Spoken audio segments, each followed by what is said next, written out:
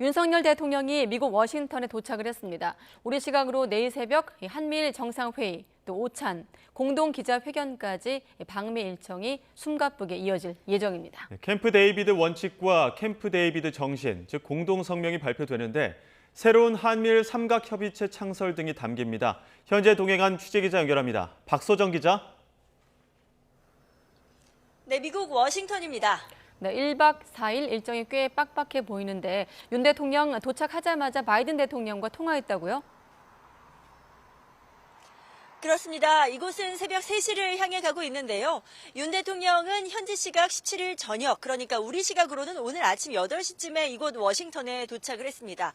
도착 전에 윤 대통령 숙소에는 미국 바이든 대통령의 부친상 애도 메시지와 조화가 전달됐는데요. 윤 대통령과 그리고 이어서 바로 통화를 했습니다.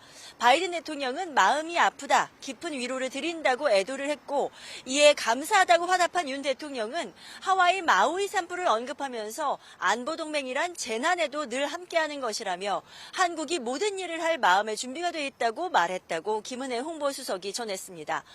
통화로 먼저 인사를 나눈 한미 정상, 현지 시각으로 18일 아침, 우리 시각으로는 오늘 밤입니다. 워싱턴에서 100km쯤 떨어진 미국 대통령의 별장이죠. 캠프 데이비드에서 만나게 됩니다. 윤 대통령이 도착하면 바이든 대통령이 맞이할 예정이고요. 먼저 한미 정상회담을 짧게 진행합니다. 뒤이어서 핵심 일정이죠. 한미일 정상회의가 열리게 됩니다. 세 나라 정상은 회의에 이어서 오찬을 함께 하면서 자유롭게 의견을 나눌 것으로 보이고 식사 이후에는 한일 정상회담도 진행됩니다. 마지막으로 우리 시각으로 내일 새벽 4시 한미일 정상의 공동 기자회견으로 캠프 데이비드에서의 일정은 모두 마무리가 됩니다. 한미일 정상은 역대 12차례 만났는데요. 모두 다자 회의가 계기였습니다. 윤 대통령 취임 이후에도 3차례 정상회의가 있었지만 다자 회의 계기였고 한미일 회의만을 위해서 모이는 건 이번이 처음입니다. 한일 정상회의 결과로 문건이 발표될 것이라는 소식은 이미 전해졌는데 한미일 새로운 협의체 창설 등이 포함된다고요?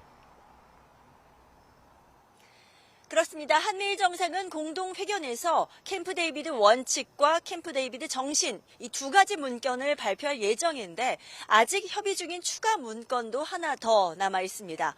원칙은 주제별로 한미일 협력의 지속적이 있는 큰 틀, 즉 지침을 담은 문서라고 한다면 정신은 협력 비전과 구체적인 이행 방안을 담은 공동 성명입니다.